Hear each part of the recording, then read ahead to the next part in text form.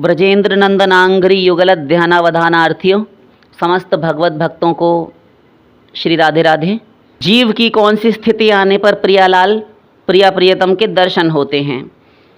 ओमकार बैरागी जी का प्रश्न है। तो देखिए ओमकार जी, सर्वप्रथम आदौ श्रद्धा ततः साधु संगोथ भजन क्रिया ततो अनर्थ निवृत्ति। सर्वप्रथम आदौ श्रद्धा। भक्ति रसामृत सिंधु श्री श्री प्रातः स्मरणीय परम वंदनीय श्री रूप गोस्वामी जी लिखते हैं कि आदौ, प्रारंभ में तुम्हें श्रद्धा करनी पड़ेगी। ए जीवो, ए मनुष्यो, वेद भी कहता है श्रद्धस्वतात, श्रद्धस्व, तुम श्रद्धा करो हरि गुरु पर। गुरु वेदांत वाक्येषु दृढ़ो विश्वास श्रद्धा। शंकराचार्य जी भी कहते हैं गुरु और वेद शास्त्रों पर, भगवान के वाक्यों पर दृढ़ विश्वास करना यही श्रद्धा कहलाता है। गुरु 1 करोड़ वर्ष तक, कल्पों तक सर पटक कर मर जाए और हम सुनते रहें, टस से मस ना हो, जैसे बंद घड़ी होती है वहीं की वहीं रहे, ऐसे ही, तो फिर श्रद्धा नहीं है। बिना श्रद्धा के अभाव में काम नहीं बनेगा। न्यूनाधिकता की मात्रा उसके तारतम्य से उतना ही काम बनता है। इसलिए सर्वात्म समर्पण, और समर्पण का अर्थ ही श्रद्धा होता है। श्रद्धा नहीं है, समर्पण करेगा ही नहीं। हम 2%, 4%, 10% करेंगे, कभी देंगे बुद्धि, कभी ले लेंगे। कभी कुछ प्रतिकूल वाक्य गुरु से निकल गया, कभी कुछ प्रतिकूल परिस्थितियां आ गईं, हम छोड़कर भाग खड़े होंगे। हम हों, कोई भी जीव हो, यही हमने किया अनंत जन्मों में। तो अब सही समर्पण कर देना चाहिए। तो पहला था आदौ श्रद्धा, सर्वप्रथम श्रद्धा करो। किसी को सुनते सुनते श्रद्धा हो जाती है, पहला सोपान। अब सुनते पहली बार गया तो अच्छा लगा, कल भी आएंगे हम सुनने के लिए, गए, दूसरे दिन भी अच्छा लगा, दूसरे दिन भी संकल्प किया, इरादे किए कि जल्दी जल्दी काम निपटा लेते हैं। बड़ा लौल्य जागता है, बड़ी उत्कंठा रहती है सत्संग की कि आज क्या मिलेगा, आज क्या मिलेगा, आज क्या मिलेगा। जैसे पूर्व समय में उपन्यास होते थे, संभव है कि आज भी मिलते हों, किंतु जिस समय ये फ़ोन इत्यादि नहीं चलते थे तो उपन्यास मिलते थे, नॉवेल वगैरह। तो वो उपन्यास क्या होता है कि उसको पढ़ते जाएंगे, आपको ये लगेगा कि अब क्या होगा, अब क्या आएगा, अगले पृष्ठ पर क्या आएगा, अगले पृष्ठ पर क्या लिखा होगा।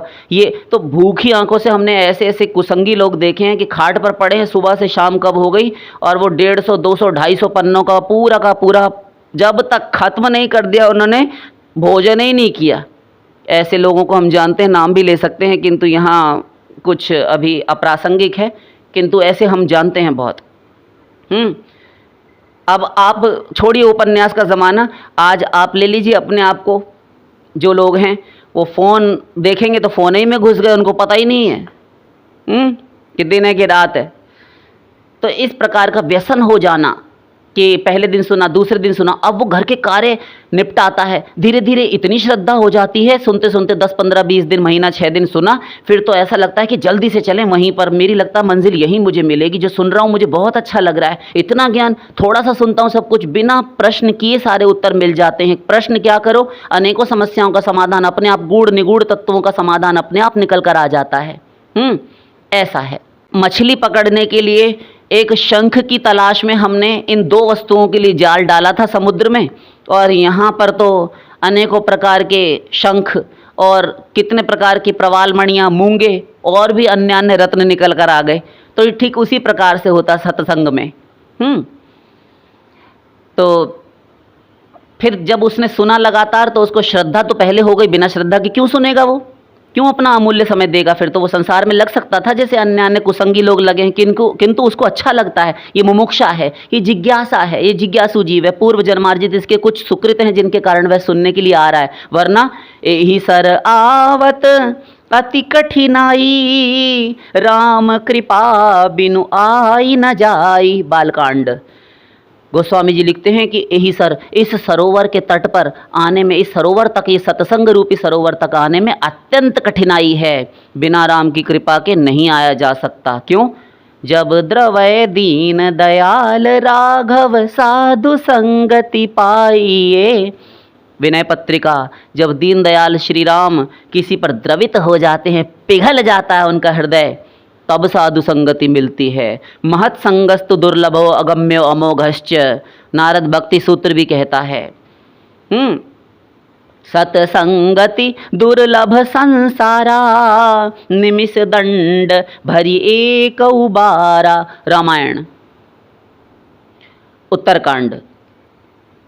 फिर कहा, तात स्वर्ग अपवर्ग सुख, धैर्य तुलाइक अंग, तूल न ताहि सकल मिली, जो सुख लव सतसंग।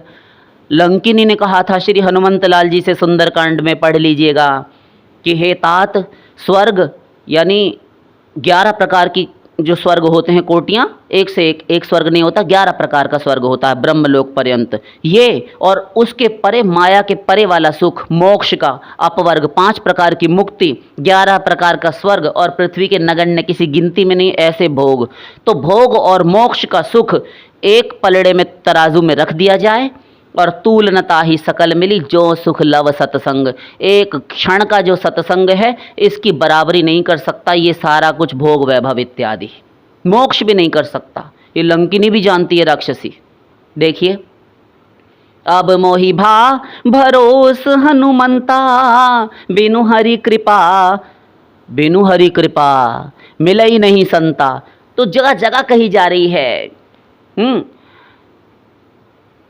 जिस पर राम की, हरि की कृपा होती है तभी सत्संग मिलता है। और संत विशुद्ध मिलई पुनिते ही, राम कृपा करि चित वही जेहि। जिनको राम कृपा करके देखते हैं, यानी कृपा दृष्टि से देखते हैं कि इसको मैं मिलना चाहता हूँ, इसको अपनाना चाहता हूँ, किंतु बिना संत के तो मैं नहीं मिलता किसी से, कोई मेरा प्रतिनिधि तो होना चाहिए, तब अपने किसी संत को भेजते हैं, हमसे मिलवाते हैं। अब एक कृपा हम करें कि मनुष्य शरीर मिल गया, संत को भगवान ने भेज दिया, न जाने कौन से कर्म उनके हृदय में हमारे रखे हुए थे, उनके हृदय के किस कोने में हमारे लिए जगह थी, पामर तुच्छ अधम प्राणी के लिए, जो अपने एक संत को भेजा हमारे पास नरक भोगवाने के लिए। क्योंकि हम बुद्धि लगाएंगे, बेचारा खोपड़ा पटक पटक मरता रहेगा। किंतु करते हैं ये भी कि जाओ तुम हमारी ओर से कष्ट सहन करो। अब हम कृपा करें कि हम मिल जाएं थोड़ा उनसे, तो इससे बड़ी कोई कृपा नहीं होती। तो आप समझ गए कि सब प्रकार से भगवान की कृपा ही सत्संग प्राप्ति में प्रधान हेतु है, भगवान की प्रसन्नता। उसके बाद तो मैं मिल ही जाऊंगा, तो सब समाप्त, आवागमन। तो श्रद्धा आवश्यक है।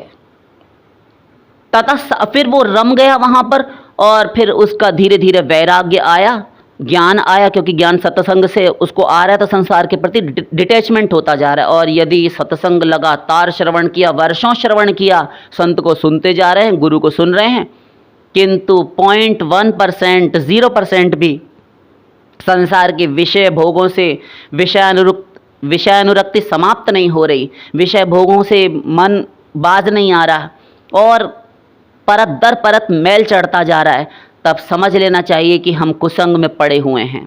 पूर्व जन्मार्जित प्राचीन कर्म संस्कार हैं। तब सत्संग विशेष रूप से करना चाहिए, गुरु के पास रहकर श्रवण करना चाहिए, विशिष्ट रूप से अलग से अपने लिए प्रश्न करना चाहिए। ऐसा हमारे शास्त्रों में आता है कि बाकी भीड़ ने एक और सुना, उसने उसमें भी बैठकर सुना, किंतु एकांत में जाकर गुरु से प्रश्न किया, किंतु किया तो गुरु ने जो भेषज, जो उपचार बताया, वह करने के लिए तैयार हुआ और किया भी, तब तो बात बने। और यदि नहीं किया तो वो अवज्ञा हो जाएगी, वो नामापराध हो जाएगा। तब फिर तुम जुड़े ही क्यों रहे? किसी भी संत से तुम जुड़े, और हम प्रत्येक जीव के लिए कह रहे हैं, उसमें चाहे हम हो चाहे कोई हो। अवज्ञा हो गई, साधु अवज्ञा तुरत भवानी, कर कल्याण अखिल के हानि।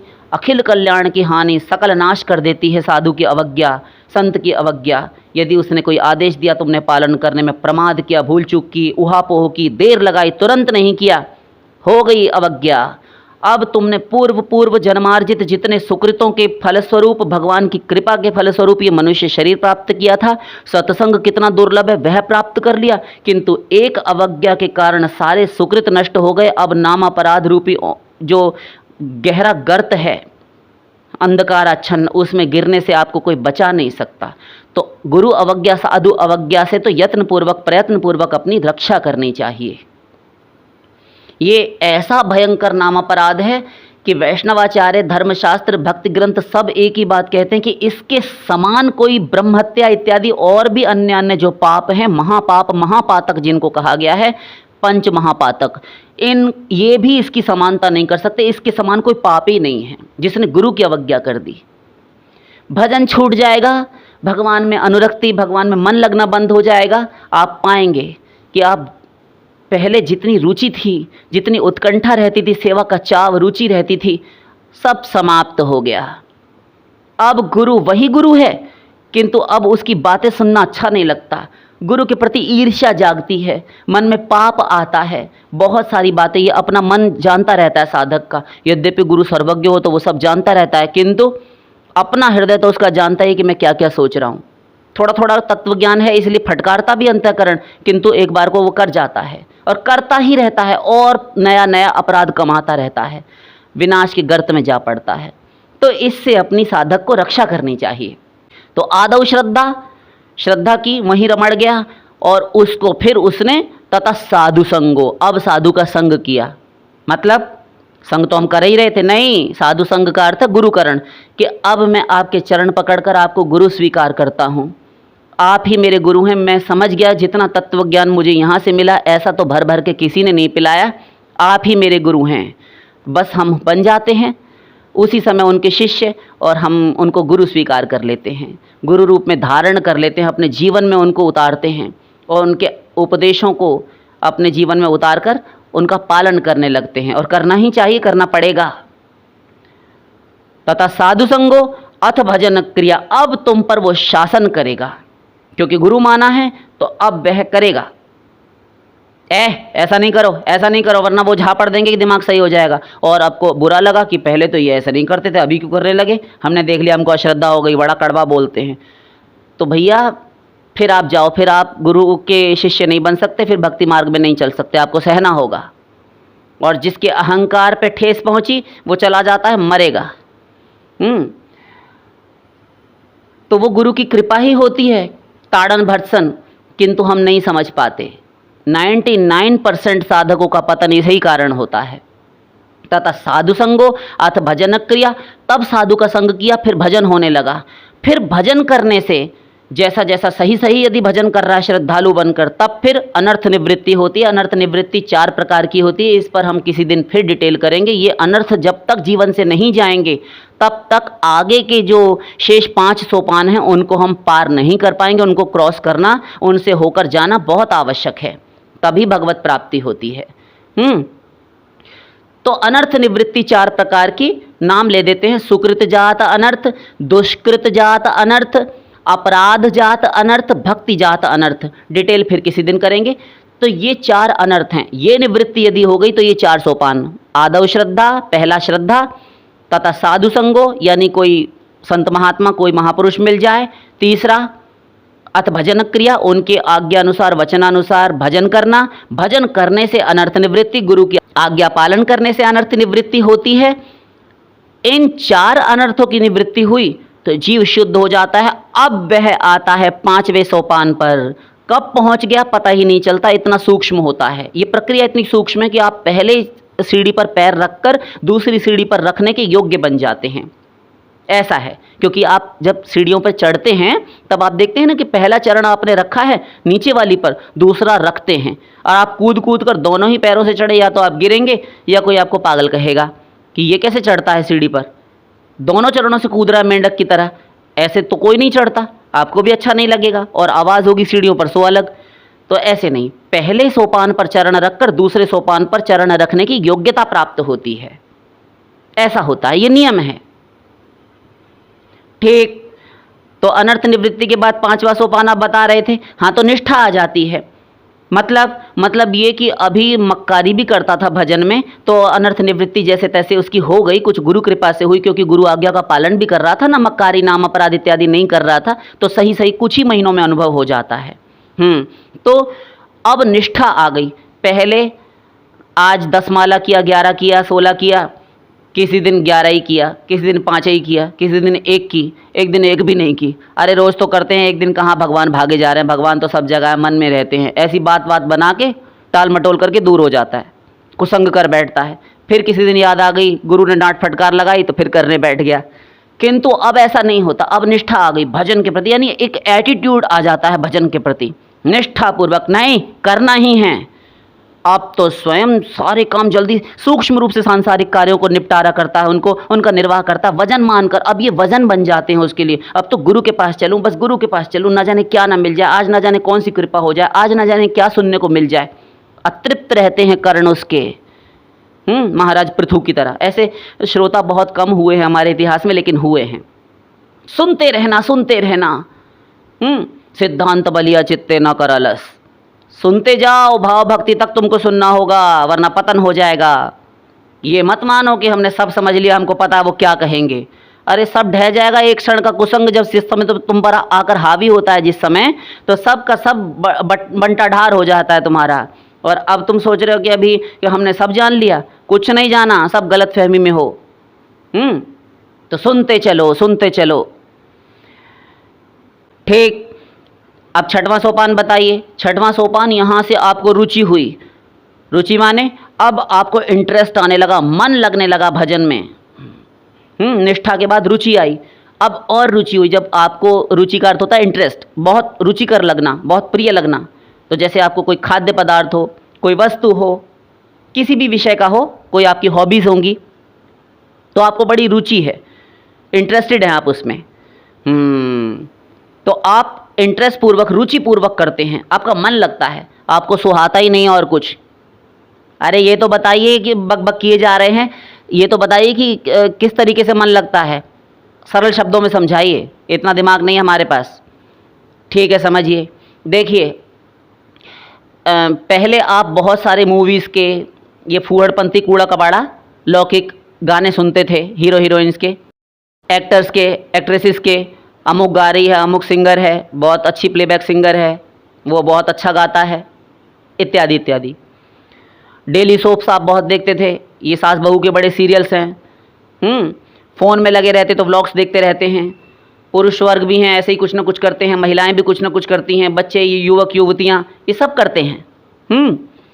किंतु अभी जब रुचि दशा में आ जाते हैं, वो तो पहले जो हो गया ना निष्ठा रुचि, इसी में समाप्त हो जाता है। रुचि में आकर एक एटीट्यूड तो पहले ही आ गया था रुचि में, निष्ठा में, और अभी आप रुचि में आए, तब आप देखते हैं, तब आपको लगता है कि नहीं, हमारे कोई गुरुजी हों तो उनका सत्संग, यदि आजकल ऐसी सुविधा है टीवी वगैरह पर या फ़ोन में, तो आप उसको डाउनलोड कर करके रखना शुरू करते हैं।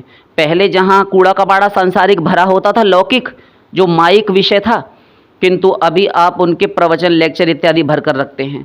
कोई कथा भर लेंगे, रामायण ही भर लेंगे, और कान में खोसे रहेंगे ईयरफोन, या फिर ऐसे ही सार्वजनिक कहीं पर भी बैठे हैं वही सुन रहे हैं।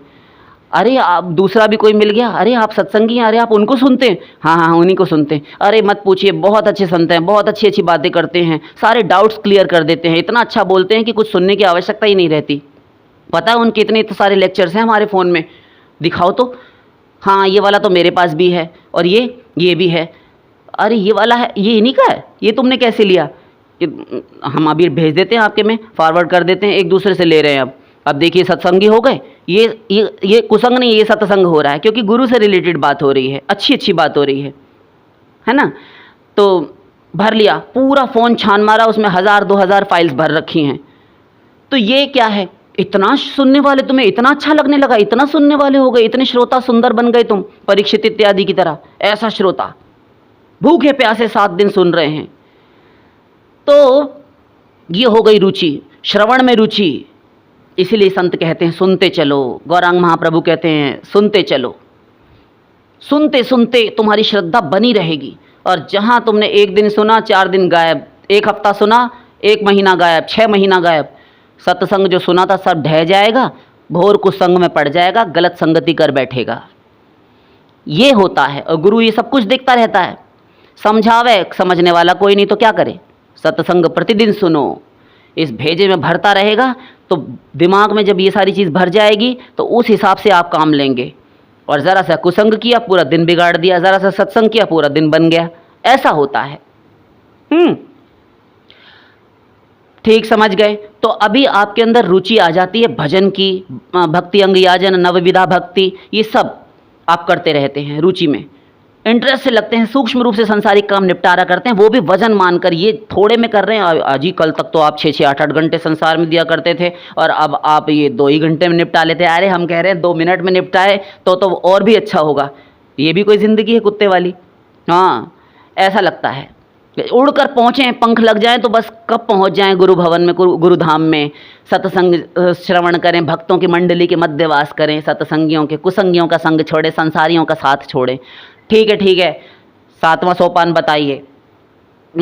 अब आई आसक्ति, वहाँ पर रहकर आसक्ति। अब तक सांसारिक विषयों में आसक्ति थी, अभी श्री कृष्ण के, श्री प्रियालाल के, श्री राघवेंद्र सरकार, श्री हरि के रूप पर आसक्ति।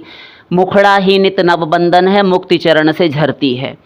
उस मुख को देख देख कर ही बंधन लगता है। अब सांसारिक बंधन नहीं बांध सकता जिसको श्री कृष्ण के मुख ने बांध लिया हो। अब मोक्ष होने में क्या कमी है, क्या देरी है? तो ये हो जाता है, ये आसक्ति हो जाती है राधा रानी के युगल चरणारविंदों के प्रति। आसक्ति, जहाँ देखते हैं वहीं भगवान दिखाई देते हैं, सर्वत्र प्रभु मुस्कुराते, साक्षात दिखाई देने लगते हैं। ये स्थिति हो जाती, पागल सा हो जाता है वह भक्त। जहाँ पर आकर भगवान भी कहें अनंत कोटि विश्व ब्रह्मांड का वैभव, ब्रह्मलोक और ब्रह्मा का पद दे दूं, नहीं चाहिए हमको, बरगलाइए मत जाइए। अगर देना है तो भक्ति दीजिए, नहीं तो आप भी बैठकर आराम कीजिए, हमको नहीं चाहिए आपसे कुछ। हो, बड़ा एटीट्यूड दिखा रहा है।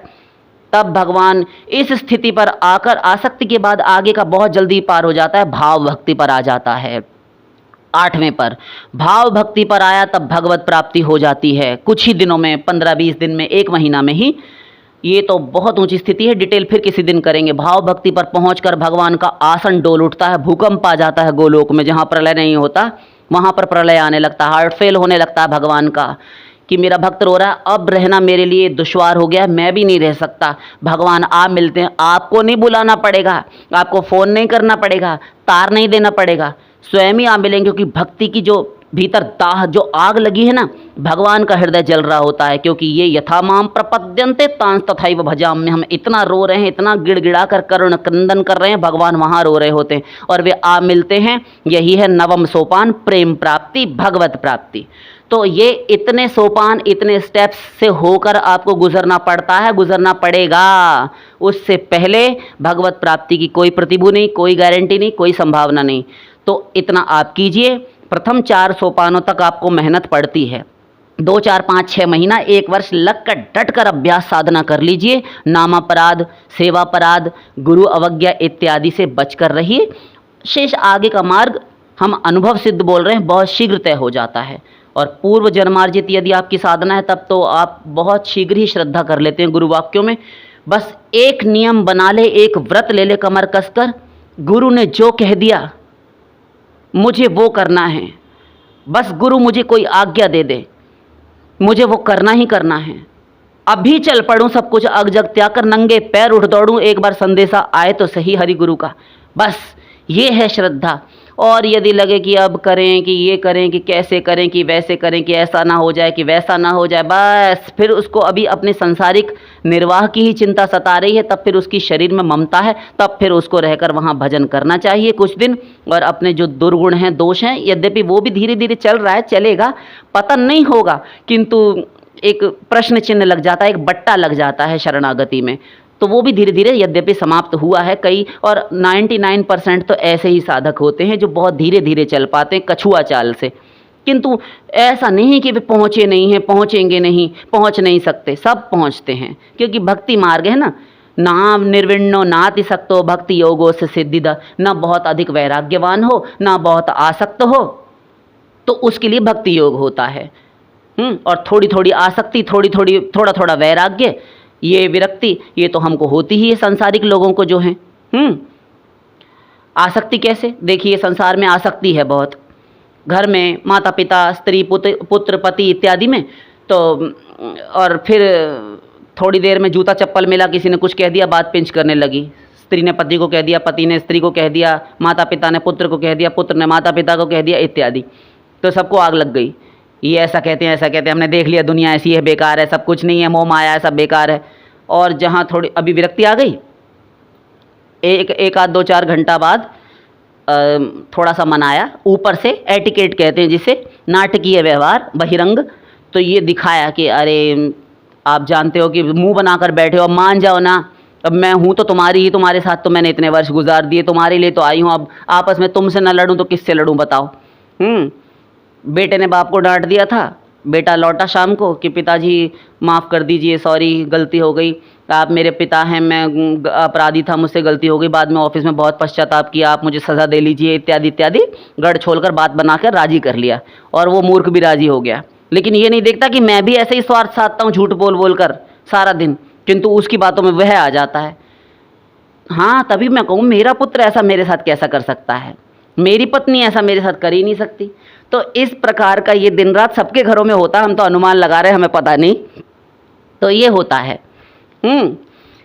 तो इतनी विरक्ति और इतनी आसक्ति हमको हुआ ही करती है।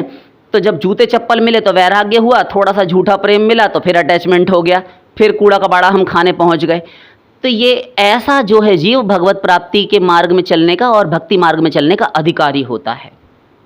और घोर आसक्त है, कर्म योगस्तु कर्मिणाम। तो कर्म योग जो है वो कर्मियों के लिए है, जो घोर आसक्त हैं, वो भक्ति मार्ग में नहीं है, तो उनके लिए कर्म है केवल, जो रचे पचे हैं। और निर्विन्ना नाम ज्ञान योग, जो पूर्ण विरक्त है, माँ मर गई मर जाए, बाप मर गए सब मर जाओ, कोई चिंता नहीं, 1000 बाप हो वो भी मर जाए तो कोई परवाह नहीं, वह ज्ञान मार्ग का अधिकारी है। तब वह एडमिशन लेने आवे, पहले इतना घर में रह के विरक्त हो जाए, तब हमारे पास आए शंकराचार्य जी की यूनिवर्सिटी में, तब हम तुमको पढ़ाएंगे अथा तो ब्रह्म जिज्ञासा। उससे पूर्व मत आना, तुम सब कुछ इतना सहने लायक घर में हो जाना। किंतु भक्ति मार्ग में सर्वेधिकारिण यत्र हरिभक्ता यथा नृपा, पद्म पुराण। घोर पापात्मा दुराचारी, रत्नाकर डाकू हो चाहे अजामिल हो, अपिचेत सुदुराचारो हो, ये सब भी अधिकारी हैं। पुरुष नपुंसक नारीवा जीव चराचर कोय, ये भी अधिकारी है, सब का अधिकार है। तो आशा करते हैं आप समझ गए होंगे। भक्ति मार्ग में अधिकारी है तो धीरे धीरे चलते चलते हो जाता है, सब काम बन जाता है, और इन सोपानों से होकर आपको चलना पड़ेगा। तो प्रथम 4 सोपान आपको डटकर अभ्यास साधना कर लीजिए, एक जन्म में भोग लीजिए, सह लीजिए, बजाय इसके कि इस एक मनुष्य जीवन को सुखी करने के चक्कर में आप भोगों में बिता दें।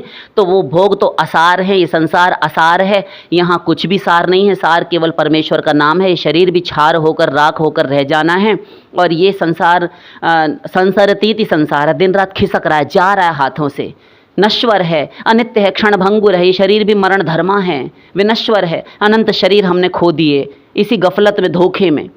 तो संसार मिला ना मिला सब बट्टे खाते में 0/100। तो अब ये प्रमाद नहीं करना चाहिए। और वो सुख जो थोड़ा यत्किंचित मिल भी जाए, मान लेते हैं प्रारब्धवश, तो वह मिलकर भी छिन जाएगा एक दिन। बड़े बड़े राजाओं को देख लें हम, बड़े बड़े शहंशाहों को, हम बादशाहों को देख लें, मुगल सम्राटों को देख लें, सब के खंडर हुए पड़े हैं किले, सब हो होकर अकबर जैसे मर गए, घोर बीमार होकर मरा बेचारा वो। तो सोचना चाहिए यहाँ आकर अपना स्वार्थ परमार्थ कि मैं किस लिए आया हूँ, कौन हूँ। कस्त्वम को हम कुत आयातः कामे जननी को में तातः।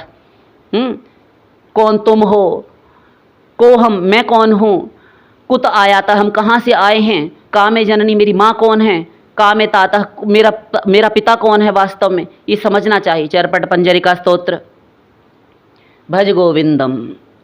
तो इसलिए चिंता करनी चाहिए, यहाँ के भोग विषय मिल भी जाए, अनंत बार मिले और छिन गए, और फिर 84 लाख का बंधन शुरू हो जाएगा। और एक बार यदि हम सह गए, देखिए संसार में रहते हैं तब भी दुख है, भगवत भक्ति मार्ग में चल रहे हैं तो भी दुख है, किंतु सहने की शक्ति, साथ में ईश्वर की कृपा सहायता रक्षा मिलती है। कितना भक्ति का मार्ग सरल है, थोड़ा सा सह लीजिए। और कबीरा नौबत आपनी दिन 10 लेहू बजाए, 4 दिन सहकर भगवान के धाम जाकर बैठिए, दिव्य शरीर प्राप्त करके अपनी दिव्य चिन्मयी सच्चिदानंदमयी आनंदमयी भगवत सेवा में अपने आप को नियुक्ति दे दीजिए, अपनी सदा के लिए आनंदित हो गए। तो इन 4 सोपानों को पहले आपको पार करना पड़ेगा। आगे के सोपान बहुत आसानी से तय होते हैं, यद्यपि उसमें भी मार्गच्युत मार्ग भ्रष्ट होने का यानी पतन होने की संभावना बनी रहती है। किंतु यदि पूर्व में अपराध रहते, जिसने अनर्थ नहीं किए और जिसने अवज्ञा इत्यादि गुरु की नहीं की, नाम अपराध आदि नहीं किए, तो बहुत रेयर ही चांसेस होते हैं कि वह आगे भी करेगा। किंतु अनर्थ रहते तक, जब तक अनर्थ निवृत्ति नहीं होती तब तक तो बहुत सारे डाउट्स बने रहते हैं। गुरु को भी बहुत परिश्रम पड़ता है। तो इसलिए थोड़ी सी मेहनत कर लीजिए, श्रद्धा करके किसी को गुरु बनाइए, फिर भजन कीजिए उसके कहे अनुसार, जो भी उनकी निर्दिष्ट साधना है उनकी प्रणाली के अनुसार, और अनर्थ निवृत्ति फिर वह साधना करने लगेगी। उसके बाद फिर आप रुचि में चले जाएंगे, निष्ठा में जाएंगे, आसक्ति, फिर भाव भक्ति, फिर प्रेमाभिदंचति, भगवत प्राप्ति हो जाएगी। आशा करते हैं आप समझ गए होंगे। जीव की कौन सी स्थिति आने पर, यानी भक्ति की कौन सी स्थिति आने पर, किस लिमिट के आने पर श्री प्रियालाल प्रियतम के दर्शन, श्री राघवेंद्र सरकार के दर्शन, यानी प्रभु के दर्शन होते हैं, तो वह यही है। भाव भक्ति पार करने के बाद प्रेम जब आता है, प्रेम लक्षणा भक्ति जागती है, ततः प्रेमाभ्युदंचति। इसी प्रेमा भक्ति पर आकर भगवान से रहा नहीं जाता, गोलोक में वे आ मिलते हैं, आपको नहीं पुकारना पड़ता। युगायितम निमेषेण चक्षुषा प्रावृषायितम शून्यायितम जगत सर्वम गोविंद विरहेण में। शिक्षाष्टक गौरांग महाप्रभु कहते हैं, एक एक पलक गिरने में जितना समय लगता है, इतना समय भी एक एक युग के समान लगेगा, एक निमेष यानी कि।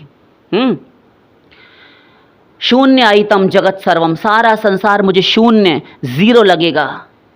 श्मशान तुल्य उजाड़ खंडहर बंजर भूमि लगेगा, मरुभूमि के समान, जहां तप्त बालुका के अतिरिक्त और कुछ नहीं है। गोविंद विरहेण में, गोविंद के विरह में ये दशा आ जानी चाहिए, उनके मिले बिना रहा ना जाए। जो हमने पूरा डिटेल किया उसका सारांश यही है कि जब उनसे मिले बिना रहा ना जाए, सारा संसार शून्य लगने लगे, बस वे आ मिलेंगे। ये स्थिति होती है भाव भक्ति पर, भगवान आ मिलते हैं। शेष फिर वृंदावन विहारी लाल की।